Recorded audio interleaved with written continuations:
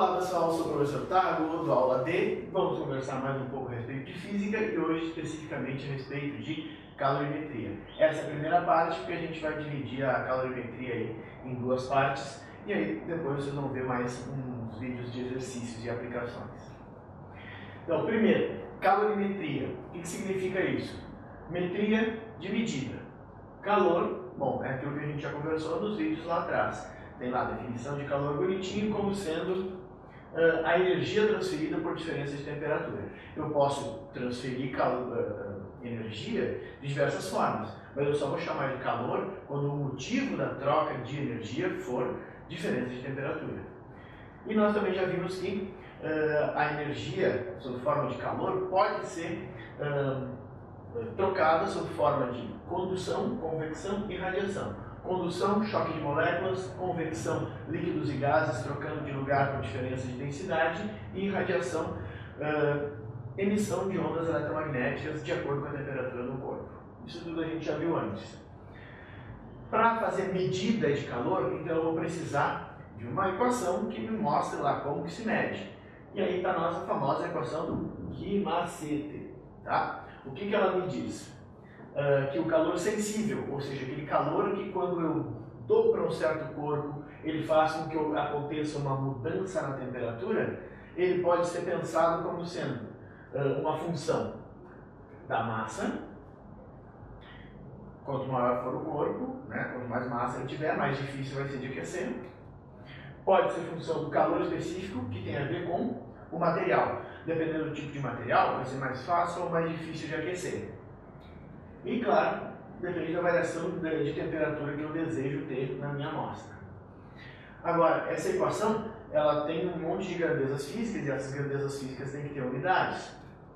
No sistema internacional, que é aquele sistema em que se convencionou que todo mundo ia utilizar no mundo científico, a unidade de calor é a unidade de energia, é o joule.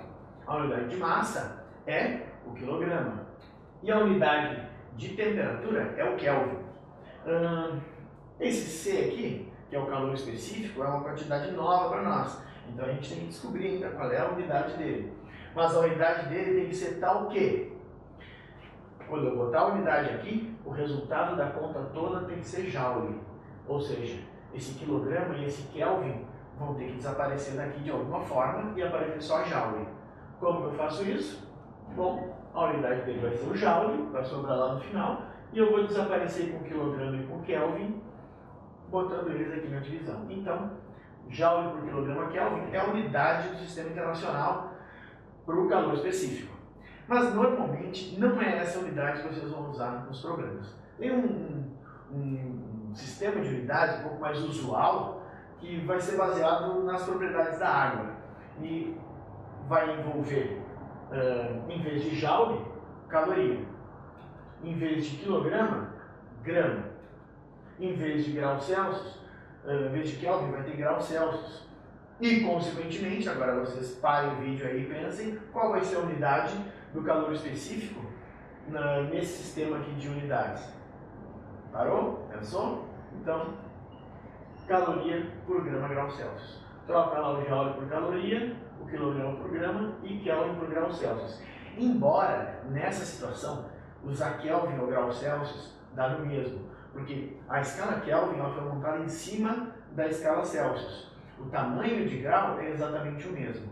Como a gente está trabalhando aqui só com uma variação de temperatura, variações de temperatura em Kelvin e em Celsius vão dar sempre o mesmo valor.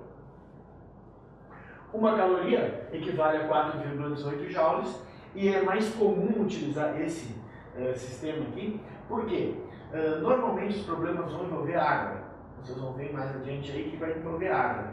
E nesse sistema de unidades, o calor específico da água, ele fica sendo 1 caloria por grama grau Celsius, é um número fácil de trabalhar. O que significa esse calor específico? Esse calor específico tem a ver com o material que vocês estão usando lá para fazer a troca de energia. Então, se eu tenho um material com alto calor específico, significa que é muito difícil de aquecer ele. E baixo calor específico é mais fácil de aquecer. Exemplos disso: um material com altíssimo calor específico é a água. A água que tem calor específico 1 tem um valor muito alto. Se vocês forem pegar outros materiais, como metais, que tem calor específico muito baixo, vai ser em torno de 0,1, 0,2 e números baixos como esse. Ou seja, a água é um material muito difícil de aquecer, enquanto que os outros materiais normais que vocês encontram por aí são mais fáceis de ter sua temperatura variada. Um outro conceito que vai ser útil na resolução de problemas é o conceito de capacidade térmica. Ele vai ser representado como um Czão, muito cuidado para não confundir, porque o Czinho, C minúsculo, é o calor específico. Capacidade térmica é um C maiúsculo.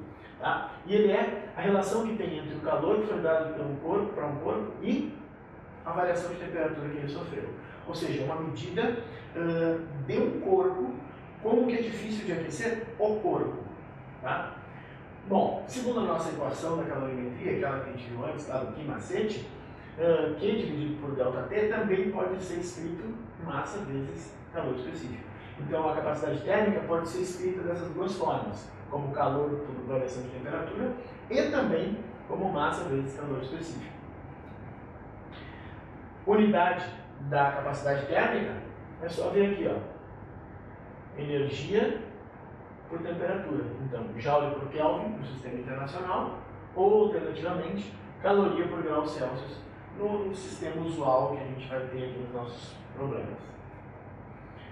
Muito importante ressaltar isso aqui. Quando vocês forem fazer questões teóricas a respeito disso, é muito comum tentarem fazer um joguinho para vocês confundirem calor específico com capacidade térmica, já que se usa a mesma letra para os dois, só uma grande e outra pequena.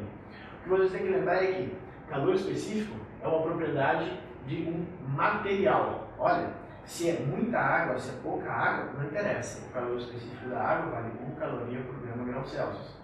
Agora, se é muita água ou se é pouca água, a capacidade térmica muda, porque a capacidade térmica, além do calor específico, além do material feito, ele também depende da quantidade. Então, se você tem um copinho d'água, vocês têm lá água lá dentro, calor específico tem um valor determinado. Se vocês bebem um pouco da água, o calor específico da água continua o mesmo, mas a capacidade térmica do copo mudou. Eu tinha uma quantidade de massa que eu mudei quando eu tomei esse gole. Então, eu modifiquei a capacidade térmica daquele copo. Então, capacidade térmica é a propriedade de um corpo, é aquele corpo naquela condição e pronto. Já a calor específica não interessa quanto do material que tem, o que interessa é de que material que é feito. Então, a nossa sessão, onde você me faz uma pergunta, então a pergunta dessa vez é: mas professor, isso tem algo a ver com praia? Como assim, praia? Bom, para explicar isso, nós vamos recorrer à coisa que a gente já estudou, que é aquele processo de transmissão de calor por convecção. Quando eu tenho um material líquido ou gás que está numa temperatura mais alta, ele tende a subir. Aquilo que tem uma temperatura mais baixa tende a descer. Então, por que as pessoas vão para a praia no verão? Ah, porque é mais fresquinho. Mas por que é mais fresquinho? Bom, a praia é composta pela interface entre duas coisas com calores específicos totalmente diferentes, que são a areia e a água. A areia se aquece muito rapidamente e se esfria muito rapidamente, enquanto que a água, por ter um volume muito grande e por ter um calor específico muito alto, ela tende a se manter mais ou menos na mesma temperatura durante o dia todo. A variação é muito pequena em relação à variação que a areia tem. Então, se vocês chegam de manhãzinha, vocês botam o pé na areia, está gelado. Vocês chegam ao meio-dia, vocês queimam o pé na areia. Então, o que isso ocasiona, no final das contas? Sobre a areia, quando está no dia naquela temperatura mais alta, lá, meio-dia, a partir das 11, meio-dia e toda a tarde, a areia fica muito quente. E isso gera uma bolsa de ar quente aqui nessa região. A tendência desse ar quente é subir. Mas o ar quente não pode simplesmente subir e deixar as pessoas morrendo asfixiadas lá na praia. Tem que vir um ar de algum lugar para ocupar esse espaço que o ar quente deixou. E o espaço é ocupado justamente pelo arzinho frio que está em cima do mar. Então, o que acontece é que na praia eu tenho uma região de ar quente que sobe e um ventinho sempre soprando do mar. É aquela brisa fresca, por isso a gente disse que na praia é mais fresquinho. Isso acontece durante o dia. Quando é noite, eu tenho justamente o contrário. A areia fica muito fria e o ar frio vai ficar nessa região, enquanto que lá eu tenho o ar mais quente, no sentido de que ele manteve mais ou menos a mesma temperatura e agora está mais quente do que a areia neste momento. Então o ar quente que sobe é lá e o ar frio que vem sopra da terra para o mar. Então de dia tem um ventinho que sopra do mar para a terra, de noite tem um ventinho que sopra da terra para o mar, e aí sempre tem uma brisa fresca para amenizar o calor nesses dias de verão. Assista os vídeos de exercícios e aplicações. Não esqueça de curtir se você gostou da aula, se inscrever no nosso canal para ajudar o nosso trabalho e ajudar mais gente. Falou para você.